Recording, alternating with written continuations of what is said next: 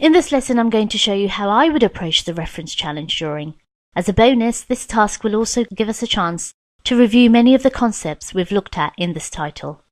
As you can see, we're picking up right where we left off in the last video. I'd like to start by externally referencing this existing conditions drawing.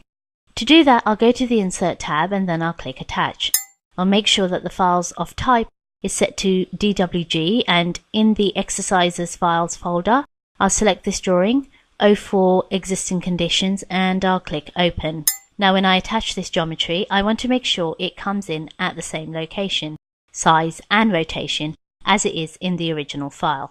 So I'll leave all of these boxes unchecked. I will also accept the default, relative path, and I'd like to use the overlay reference type.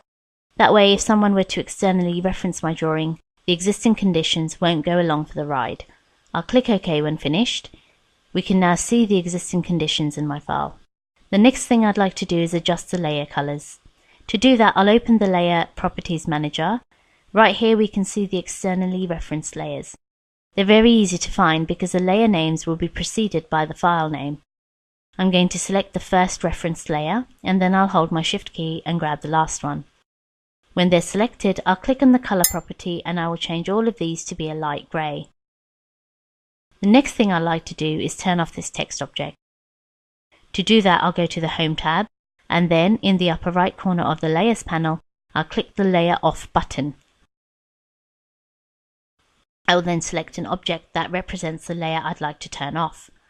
When I'm finished, I'll press Escape. Now let's turn our attention to this block symbol.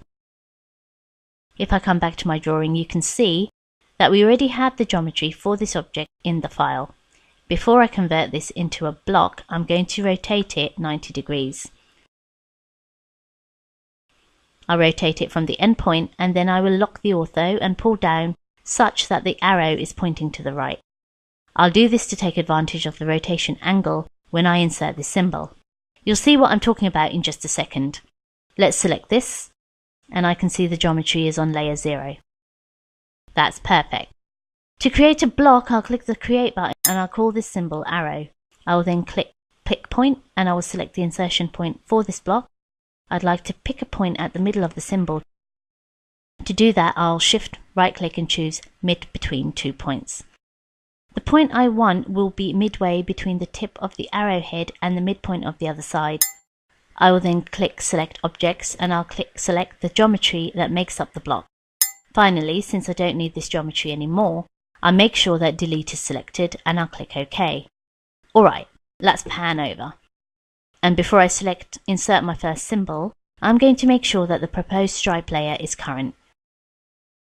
To insert a block, I'll click the Insert icon. I will then select the block that I created. When I place this in the drawing, I would like to specify the insertion point and rotation angle. I'll then place this to the midpoint of the line and I will turn off my ortho, and you can see by defining that block using geometry that was rotated 90 degrees, it's very easy to align this. I can just snap to this lower endpoint. To insert another symbol, I'll press the spacebar. I'll click OK, I'll grab the midpoint of this line and snap to the upper endpoint. Now let's zoom out on the finished example so we can see the orientation for the rest of the arrowheads. I will then pan over my drawing and I'll take care of the drive-through lane first.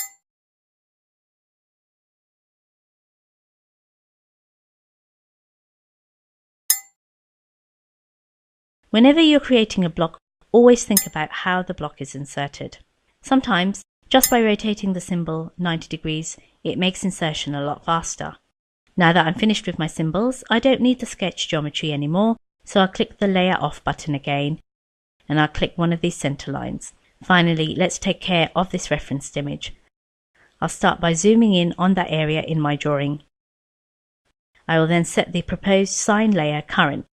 I do that because images are inserted onto the current layer. To place the image, I'll click Insert and then I'll click Attach.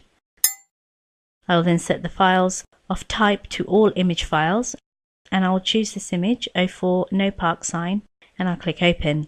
When I place the image, I'd like to specify the insertion point and scale. I'll keep the default relative path and I'll click OK. I'll then click to place the image in the drawing. I'll drag it out the size and I'll click. Now, This appears to be a little bit smaller than my example, so I will click the image edge. I will select a grip and I'll pull this out a little bit larger. Now it looks like I have a little more image than what I need, so let's clip this. Since it's still selected, I'll click Create Clipping Boundary. I'll turn off my running object snaps so they don't get in the way, and I'm going to go with a rectangular boundary. I'll zoom in and I'll click. A little hard to see right now, but I can always adjust the grips layer. That's pretty good for the lower right corner. Let's come up back to the upper left. I will adjust this slightly. When I'm finished, I'll launch the move command. I'll pick this up from the edge and I'll move the image into position. Finally, I'd like to turn off the image frame. To do that, I'll go to the Insert tab, and then in the Reference panel, I'll open up the Frames menu and I'll select Hide Frames. At this point, my exhibit is finished. Let's zoom out and we'll center both of these drawings on screen. Well, how did you do? If you've got the drawing finished, congratulations, you're doing outstanding. If you struggle with the project, don't worry. Hopefully this drawing has helped you identify some of the strengths and weaknesses in your skill set. Now that you've seen how to complete the project, try working through the challenge again. With a little review and some more practice, it won't be long and you'll be finished this drawing faster than I can.